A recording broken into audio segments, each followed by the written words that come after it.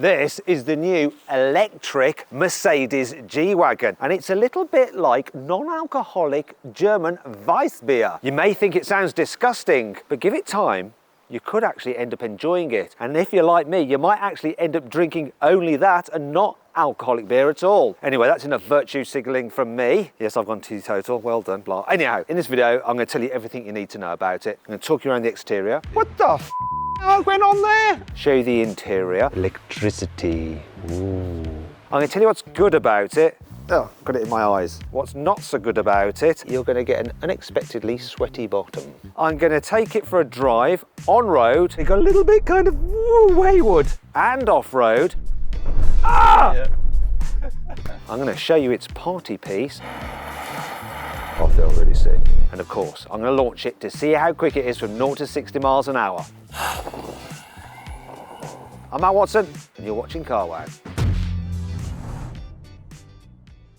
Mercedes has made a few changes to the design of the G-Wagon. I mean, for all intents and purposes, it looks pretty much identical. However, they have given it a new grille. And this electric version has its own bespoke grille, which is more filled in. Though in the UK, the electric version will get the standard cars grille, which looks like this. The lower bumper has also been redesigned compared to the previous generation car. And moving down the sides, you have new alloy wheel designs. In Europe, they start from 18 inches, but in the UK, you can only get the largest size, which is 20, because we like our rims big. Now, as you can see here, there's this bit of trim down the side of the car. On the electric version, it's got this blue accent in it, and you've got the EQ badge. Interestingly, the car was going to be called the EQG originally, but then Mercedes scrapped that idea, and it's just called the G580. Right, moving down the side, very similar to the previous generation car, and then round the back, redesigned rear bumper, and with the electric version, you can get this storage box, which is for your cables. More on that in a bit, though if you want to, with the electric version, you can opt to have the spare wheel instead, like the standard internal combustion engine vehicle has. Now, there's some other changes to the G-Class. They've tried to make it more aerodynamic. So if you come around here, you will see these little flaps there? Also, if we move to the front, this bit of plastic trim here is thinner than on the previous generation car. And there's a little hump just there on the roof. You know how HGVs have like that big wind deflect on the top of their cabs to improve efficiency? That's basically the same idea. And then at the front, again, you have these little wind deflectors. Now, you might not think they're going to do much, but they do have an effect. The previous generation G-Class had a drag coefficient of 0.55 CD, which is pretty terrible. Those changes have reduced the drag of the new car to 0.49 CD. However, the drag of the electric version is even less, because there's some further changes. For instance, the bonnet is slightly more raised up. Look at this hump. On the electric version, it's flat on the internal combustion engine car. Also, you have these special, more aerodynamic alloy wheels there, which reduce drag. Moving down the back here, look, you've got these air breathers in there as well.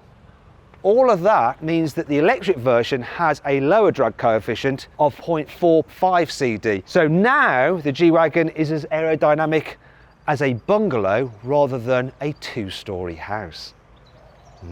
What else do you need to know? The price. It's going to start for just the normal diesel, £136,000. For the electric version, it's probably going to start around £160,000. For the very first edition models of the electric version, £180,000. And for the range-topping AMG G63, you're talking £185,000. There is one design change I forgot to show you about the new G-Class. So there's no keyhole in there anymore, it's a G.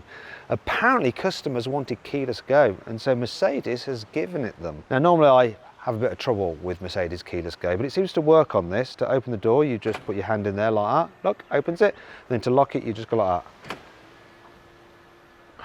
But you might be thinking, what happens when the batteries go flat and you need to like open the door manually with a key? Don't worry, there is still a key. Come on, I can never get these things out of there. Look, and the keyhole is here, round the back. You just have to flip that off. There it is in there, look. Look, and then we can get in. Let me in. Let me in. There. Let me in! Let me in! Let me in! How's this supposed to work? Huh? Huh. Yeah. Huh? Yeah. Yeah, you can try it. There's a man from Mercedes going to try it. Here's some bits. Oh, you lost something. There we go. Let's see you do it. The key? Do you have the key or? You can't have that. You can't have that because it's. Lost the car. Wait, whoa! No, it closed. How did you do that? Why? What's the problem? What the f? What went on there? Shut off again, but. Now open it. It's keyless entry. Oh. Want to sell your car quickly, easily, and for a fair price? Then head to Carwow to have over 4,000 trusted dealers ready to bid on it in an online auction. First, enter your car's registration to get an instant approximate valuation. Then, if you want to proceed, give us some more details and upload some photos, and we'll help you set a fair reserve price for your car. That's the minimum amount you'd be happy to sell it for. Once you've done that, we'll enter your car into an online auction. When the auction's over, we'll let you know the result, and the dealer with the winning bid will be in touch to arrange easy payment and free collection of your car. 93% of sellers surveyed said they got the price they expected or more through Carwow. The best bit is, it's completely free! I put a link in the description of this video and the pinned comment to take you directly to Carwow, where over 4,000 dealers are ready to bid on your car. Or you can just click on the pop-out banner that should be appearing in the top right-hand corner of the screen now. Alternatively, just Google "Help Me Carwow" and we will help you sell your car quickly, easily, and for a fair price. On with the video. Mercedes have made a few changes to the interior of the G-Class. You've got a new steering wheel. More on that in a bit. You got the latest infotainment system, and now being the electric version, you have these EQ modes such as charging range and so on and so forth. But it's saying not available. Please switch on the vehicle. There we go. Look. Right. Also, on this electric version, instead of a rev counter, you have this power meter. Another thing that's changed is here. See this? This is where you have your diff modes, but you've got these extra buttons on it here. So more on that in a bit, but in the normal car, that's where your diff buttons are. They've also reconfigured this area here as well. Plus, I'm going to show you in here, you've got some new cup holders that are heated and cooled. Look, isn't that nice? And induction charging for your mobile phone. And there's your two USB-Cs. You've got some more storage underneath here as well. The glove box isn't all that big, but it's adequate. And you have some decent sized door bins there as well. Gotta say, quality in here is absolutely lovely, as always has been the case with the G-Class. And look, on this electric version, we've got some blue stitching for electricity. Ooh. Here in the back, there are a couple of changes. You can get this new rear entertainment system, and obviously look, on this electric version, it's got the charging information and stuff. Though I still think the bezel is too big on this, and it's a bit close to your face. Now, if you look down here, another change is that you get these USB-C charging ports there, and they're 100 watts, plus look, that's HDMI for the screens here in the back. I don't think I would specify that. I'd rather have my own iPad. But there we go.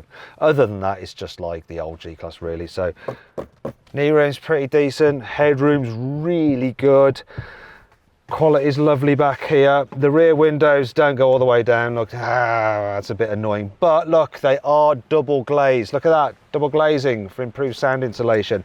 What's also interesting is that now in the UK you get the Burmester sound system as standard.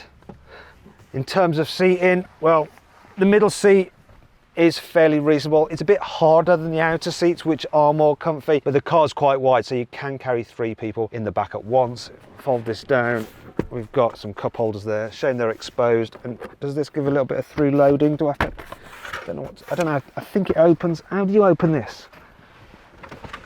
Where's the thing? There's a thing. There is a thing, I'm sure.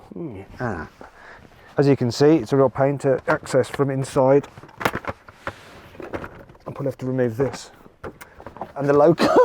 This was a disaster. Let's put this back and pretend it never happened. This didn't happen. Sorry for wasting about a minute of your life. Apologies.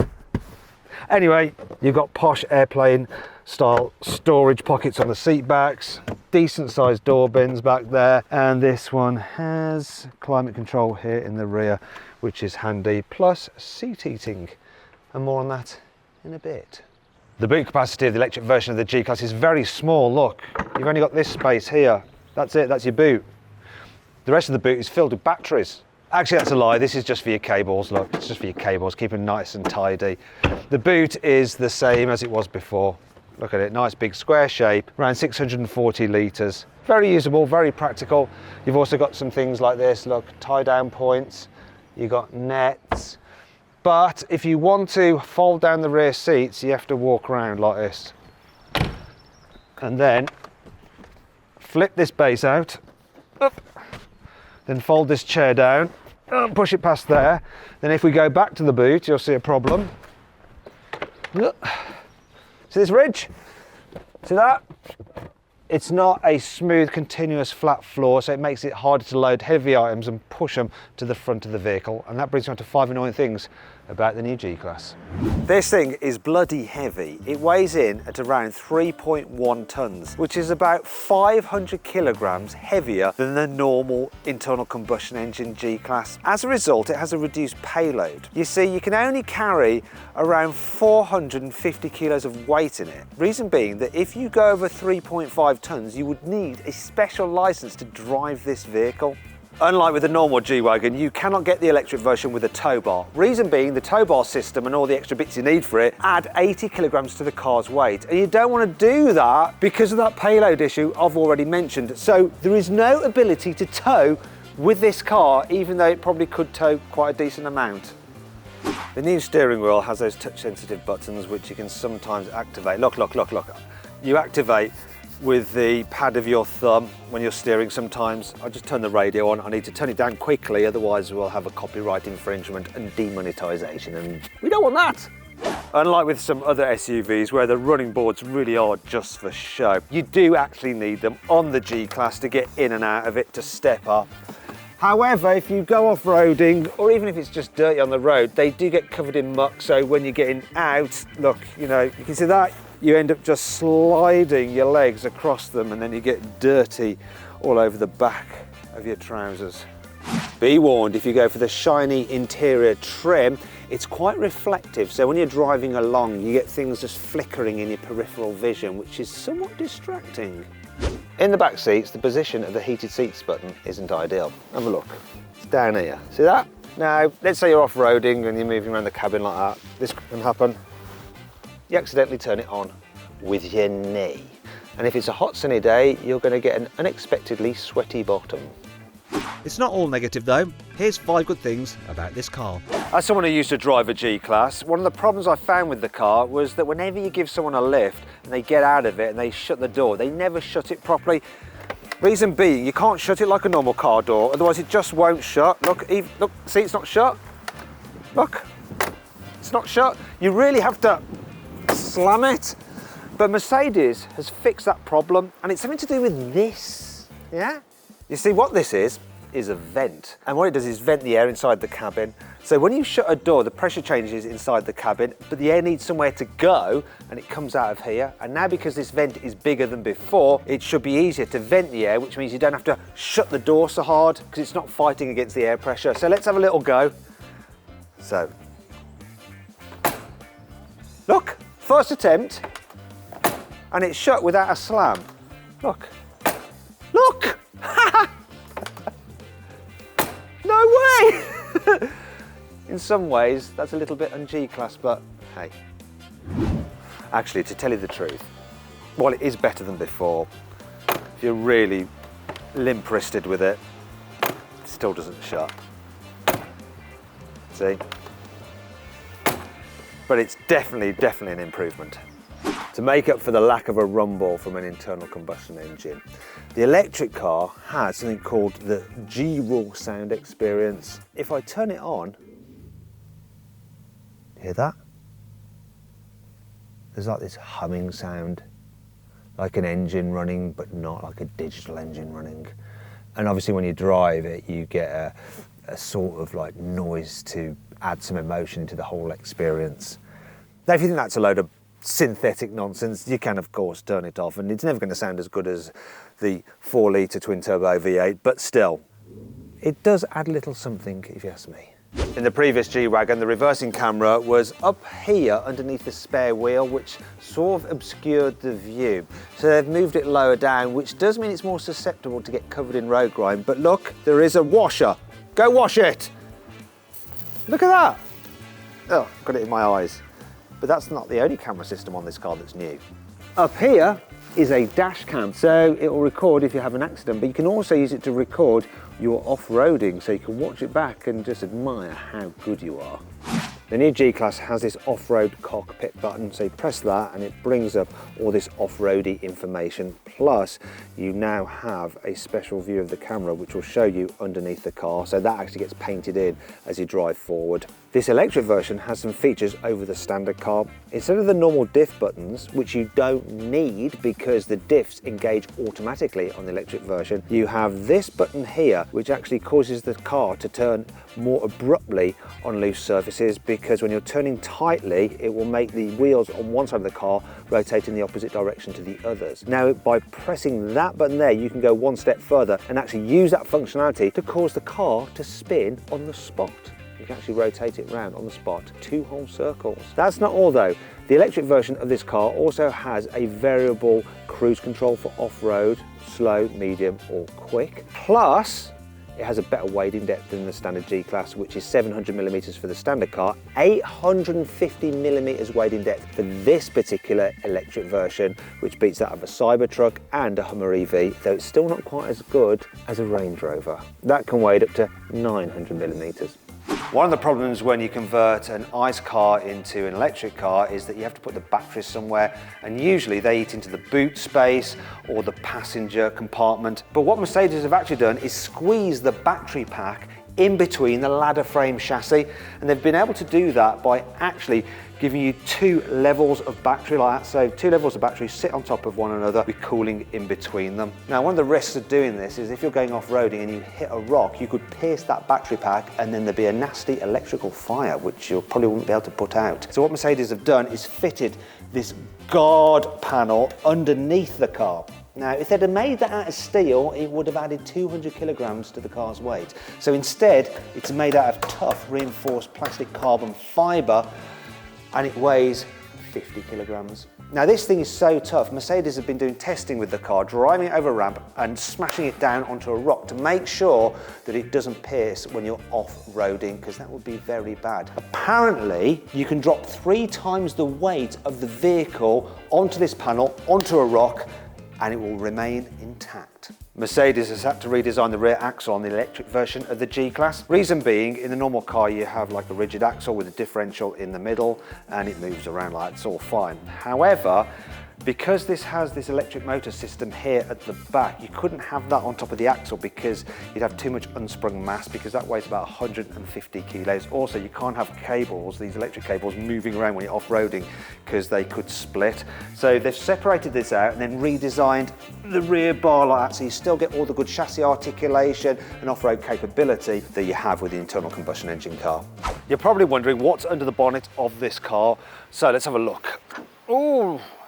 Interesting. Let's have a peek underneath there. Actually, before we do, let me talk you through the engine choices. So you've got a 3-litre diesel which puts out 367 horsepower. There's also a 3-litre straight-six turbo petrol which has 450 horsepower. Then there's the G63 with 585 horsepower. Now all those cars have a 9-speed automatic gearbox and 4-wheel drive. They also have a little mild hybrid electric motor with them. So when you first put your foot down, you get a boost of torque, up to 200 Newton meters of torque, which helps get you on your way, and it also smooths out the gap between gear changes. Anyway, this is the electric version, so let's have a look at this massive frunk that they've created underneath here.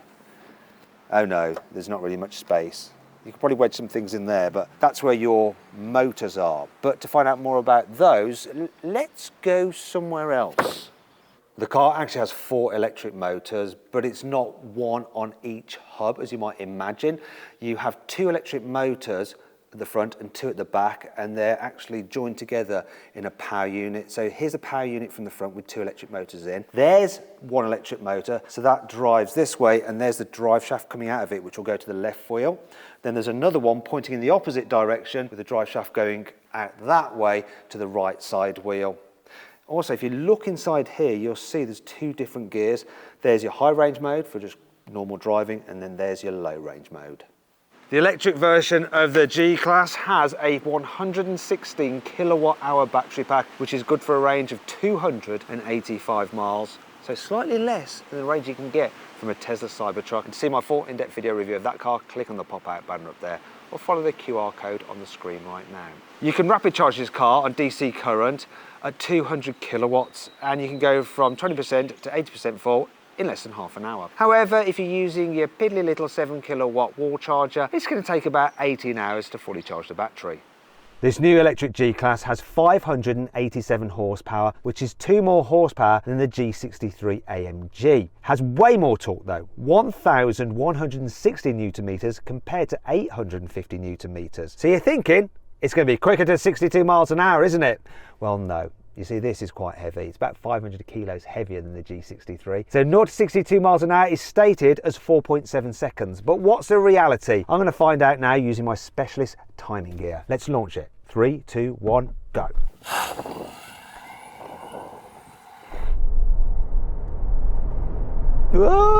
Whoa.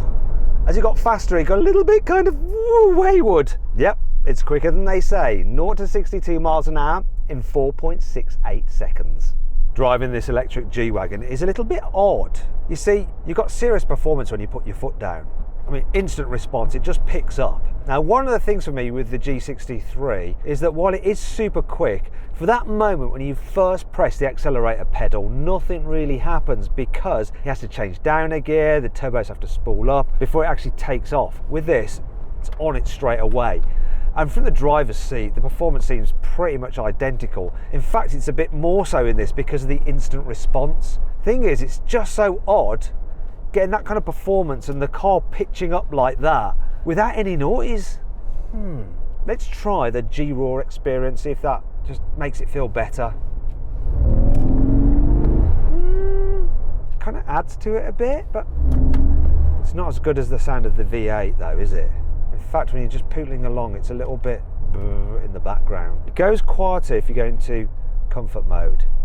In some ways I prefer it in comfort mode.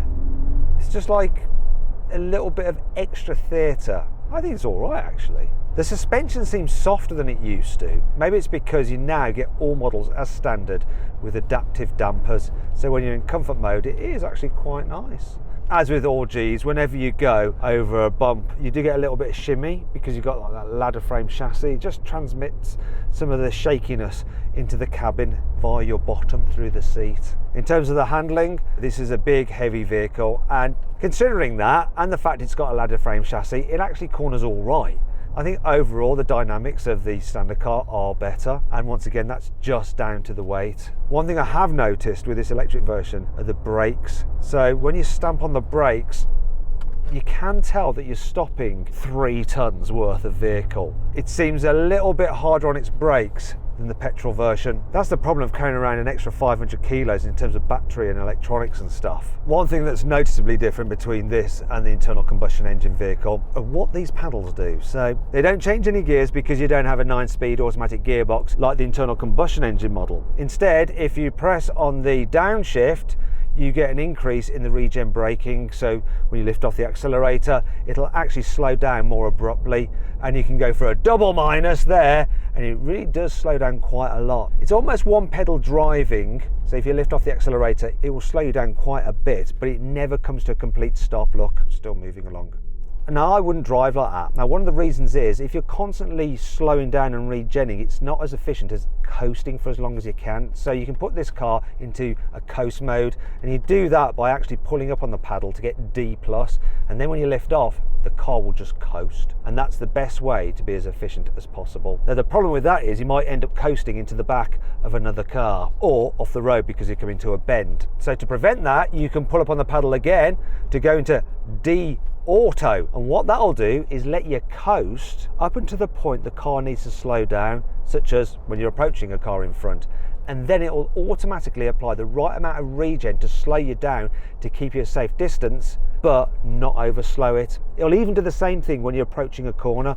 So when you're coming up to a corner and you lift off the accelerator, it will coast, but will slow you down if it needs to, so that you don't slither off the road like it's doing now. There is something cool about just having an electric G-Wagon that has that instant response, that's silent when you want it to be. In fact, I think the best way to drive this is sport mode, if I go into individual, and have driving sport, suspension in comfort. That is bang on, because then you get the faster throttle response, the comfort suspension, and I think I'll have it without the noise on, because there's something quite cool about a silent G-Wagon. Well, I say silent, apart from the wind noise from the bluff body. I think if I was just tootling around town, like a lot of people who drive G-Wagons will be doing, the electric one makes a great case for itself. Best thing is, congestion charge exempt. It's a bit of a shame that that's how most will be driven in the UK, because this is a proper off-roader, and the electric version in some ways could be even better than the petrol version. And to find out if it is, I think I need to get off the tarmac and into the dirt and mud. This is Renato from Mercedes. He is an engineer, so he's going to help me out while I'm off-roading. I will.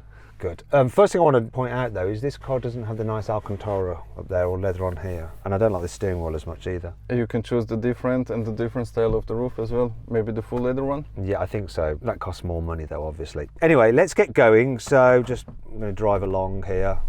I can just drive along in normal like road mode on this bit, right? There's no point changing anything else at the moment. But if you want, you could change the trail, which was... Oh, you still got the sound? Yeah. The central locking sound, like a gun going off. You were just saying there's a different mode, trail. What does trail mode do? So it adjusts the damping setting, the accelerator pedal and the steering setting. Okay. Especially for this kind of purposes, for light off-roading. So the car is now better set up to drive on this gravelly surface. Yes. Have I still got loads of throttle response? You do? It's not... wait a minute. Let's get into sport again. No, I prefer that. That's more aggressive. You can spit stones at the people behind you. Okay, sorry. So even more, the more dynamic mode is rock, where we turn off the ESP, so it will slip the wheels. The traction control is. Oh, let's do that. Can we do that now? This is the one with the. Oh, I have to accept it for legal reasons. Oh yeah, I like that, because you got like that instant torque. It really does. That's not going to do too much for my range though, so let's not get too carried away. I want to go into low range mode, so I just go into, what do I do, neutral? Neutral. When I'm coasting. Pre-select this. I'm in neutral, I'm going to start rolling back. Brake. You're in there, you need to go to drive again, Drive. and that's it. Now, that's even better. So obviously we've got no locking differentials as such, because the motors just control all that anyway through their torque vectoring. Yes. And so in theory you should get better traction with this electric model than the internal combustion engine model. The combustion has also advantages with the differential locks, but here with the 4 electric motors you control each individually. As soon as you detect any slippage, you stop the engine and send the power to the other wheel. Which is better then, the locking differentials when you just lock it, or this torque vectoring for off-roading? So in this car you have the advantage that it's actually always locked and always open. Yeah, so it's better. It's better, yeah. Okay. So it's locked, but when you turn into the circle, into the corner, it doesn't stiffen up the car. Sorry. I need to turn around again. Can we do the thing? The G turn, not here, because it's too high of an angle. Okay. You can try the G steering in the back. I will turn it on for you. Okay, so what we're going to do now is the special G steering. So I want to turn around there, and normally I'd have to do a 3-point turn, but you think I can get round here in one go? You don't have to go around it, that's right. Oh, hell yes. Oh, yes. Oh, nice. So you probably missed that because we didn't have any external camera, so I'm going to show you now. Imagine this, right? I want to turn that way, but I'm too slow at turning the wheel right now. Oh no. We have the answer. Can you press the button? It's active. engaged. It's active, yeah. Watch this.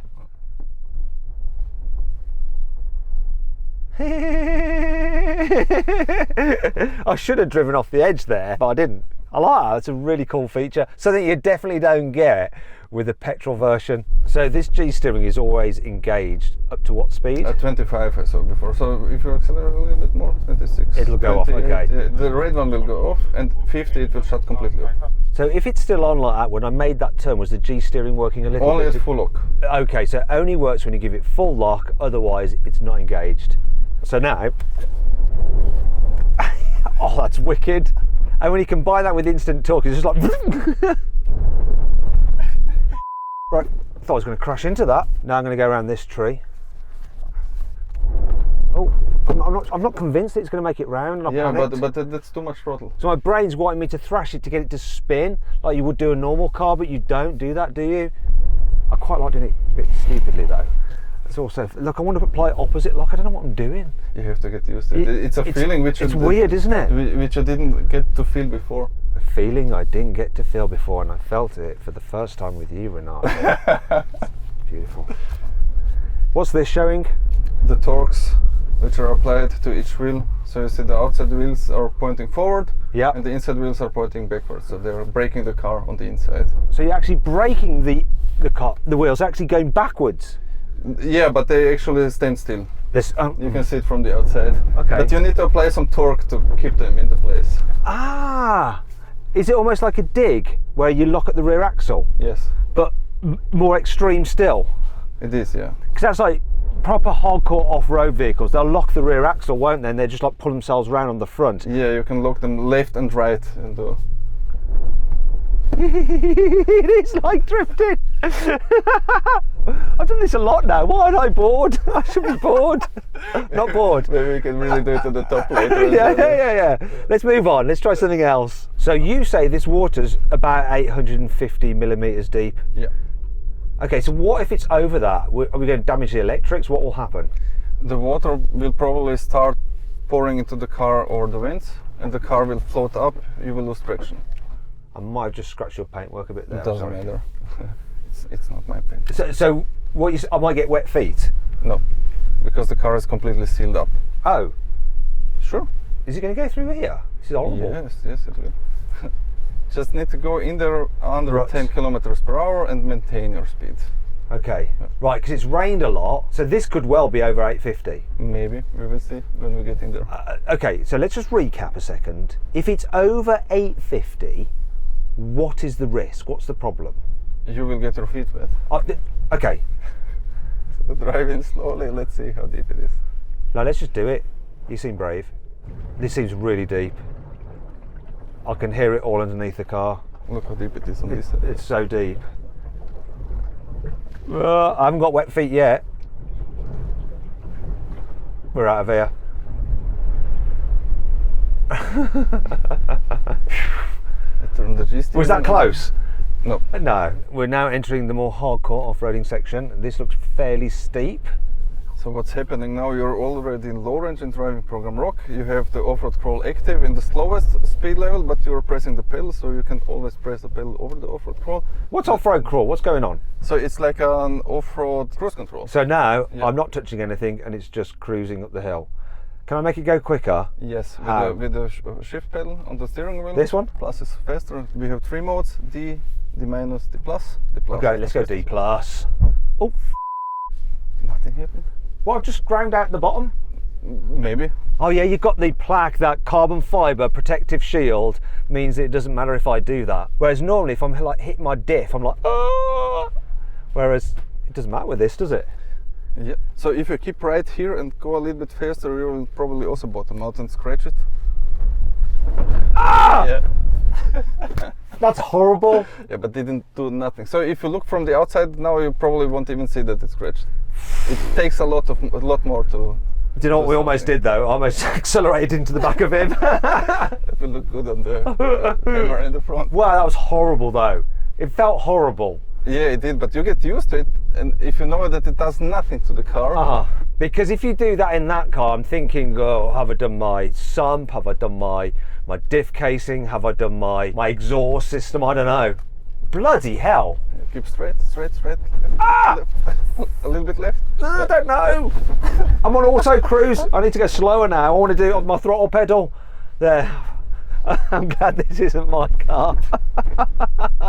I'd be too paranoid if I spent like 180 grand on the new electric G and just smashing the underside of it off rocks. It's really good how you can control the power, isn't it? Don't you think? So compared to the petrol engine. You have to drive it as well, but the pedal is really flat. So even if it gets bumpy, your foot starts jumping around, you won't feel it. Oh yeah, look at this. Yes! Yeah, just keep a little bit distance here. Here is a place, if you don't keep completely to the right, let him, so goes a little bit to the right and straight, maybe we will bottom out. Now straight. You're like the anti-instructor. Yeah. This is what an instructor would not be maybe saying. Go a little bit faster to the plus stage. Are you crazy? Hell, nutter. You're the worst ever off-road instructor. Sorry for doing that. You're telling me all the wrong bloody lines. Yeah, off-road driving is as slow as possible. You're there go over that horrible rock, accelerate, accelerate. How does the weight affect it? Because obviously you want as light a vehicle as possible when off-roading, and this is super heavy. So it still has 100% slope ability as the petrol car. Okay. You can do it, but the lighter the car is in the loose surface, it's better. On the looser surface, the weight does go against it, like sand and stuff like that. You can feel it, Okay. definitely, but the motors are calculating the power, the torque really good, so it's like having all three differential locks engaged all the time. This is nasty. Just choose one line. I'm going to choose the wrong line. I don't want to do this. Bloody hell. You don't need to press the pedal as much, so you can do it slowly as well. FYI. Yeah, it's possible to do it. It's possible even to stop and start again, something like this. No, you've encouraged this kind of behaviour. I'm afraid you're reaping what you've sowed now, my friend. Yeah, sorry, I think we have to start filming again now because. So that's twice I've almost crashed. So now you can try as slow as possible. Really? Yeah. Okay, I was going to go quick. Yeah. It really is easy to control slowly if you want to. We're going up here quite quickly, really, aren't we? It's actually because we want to reach the top. Yeah, quite okay. fast. Usually we drive much slower. Really? Yeah. This is only for you right now. Essentially, what's happened is I'm a bit late for my plane, and I should actually be leaving on the road already. But I just want to experience as much of this as possible. So they're letting us drive quickly up here. So you wouldn't recommend this kind of driving on this kind of terrain? No, as I said before, as slow as possible, as fast as needed. Okay, so you know when you're doing the durability testing, are you driving faster than this, obviously? We do, because we want to have more impacts on the car. So you're not that worried, really? No. More if I just crash into the back of it? The only weak point right now would be the tires, Okay. which are also really durable. You had few hard hits, we have no problems with the tires for now. Right, so yeah, you can get a puncture. Yeah. Okay, now we're going to do the G-turn, so I'm going to rotate it on the spot. You need to activate it, the right button. This one? Yeah. So you have to be in D, you have to activate it. You need to choose your direction, left or right, with the pedals.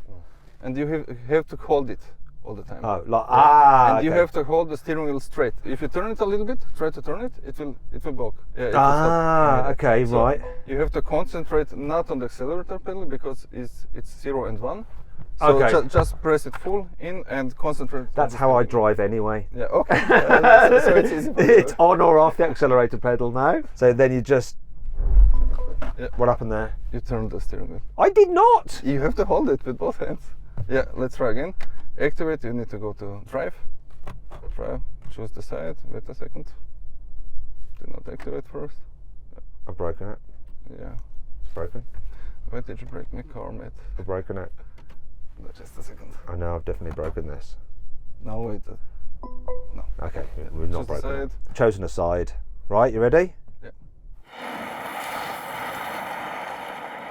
I feel sick.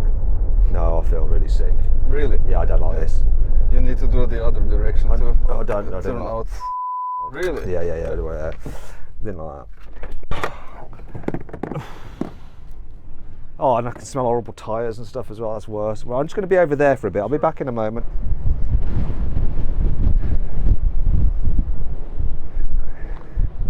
Let's try the other way. Yeah.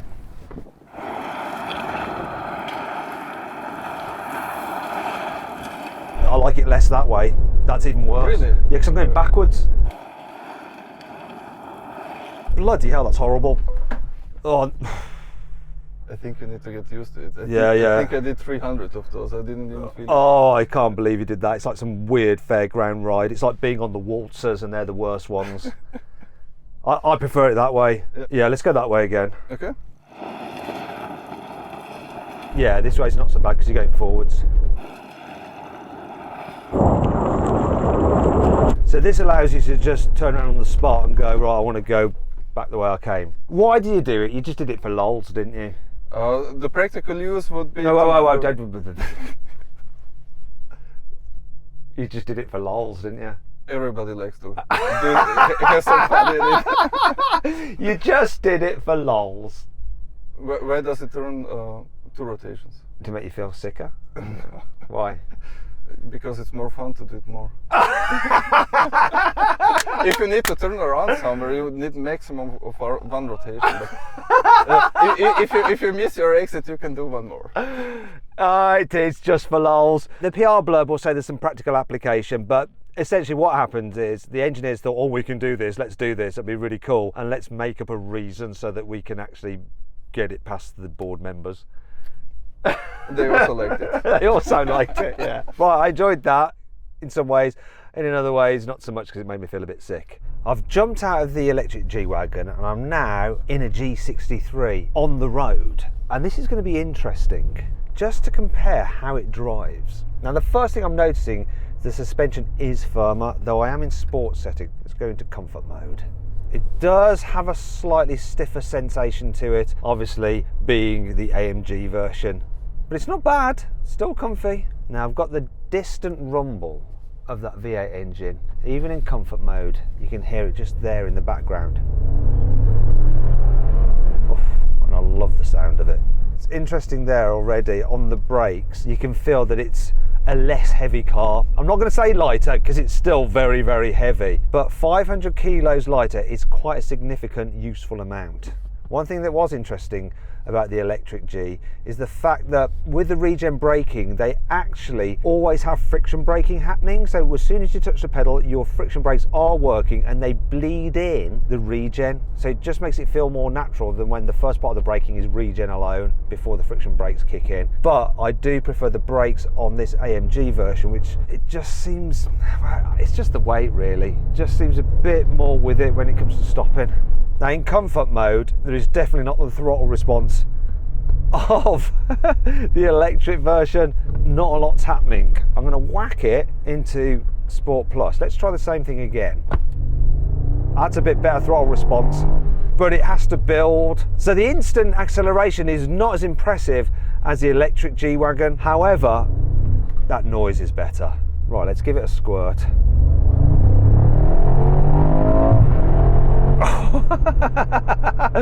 It feels more fun accelerating in this. Now I'm going to go to manual mode. Let's change gears myself. So it lacks a throttle response, but as the power builds, it feels faster. And it also feels faster from the noise that you get. And I can hear it coming out the side exhaust. Gotta say, similar money, 180 grand for the electric version, 185 for this. I'd go with the AMG. Well, I would go with the AMG if I was never going off-road. Now, one of the big updates for this new G63 is a special hydraulically linked damper system. So the left and right dampers are linked by a hydraulic connection, and what that allows AMG to do is control the amount of lean the car has in the bends. So you don't need a normal anti-roll bar because the system takes control of the effect of preventing the vehicle from leaning, and that helps it stay flatter in the turns and feel more sporty.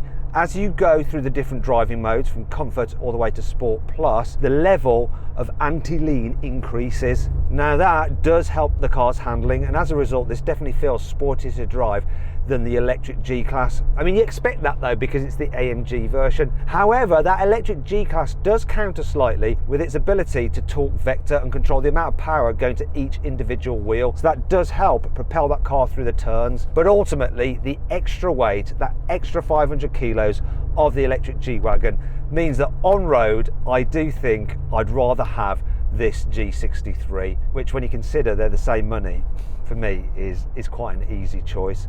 Off-road though, it's a different matter. That electric G-Wagon with all its capability just means that it's a great off-roader. An off-roader if you're only doing short off-roading. If you're going overland, crossing country, you know, doing that kind of thing, you're going to want the petrol version just because you can load it with jerry cans and just head off without fear of running out of battery and having nowhere to charge the car. Overall then, new electric G-Wagon, really impressive. Would I prefer to have the petrol version, this G63 in particular? Yes I would.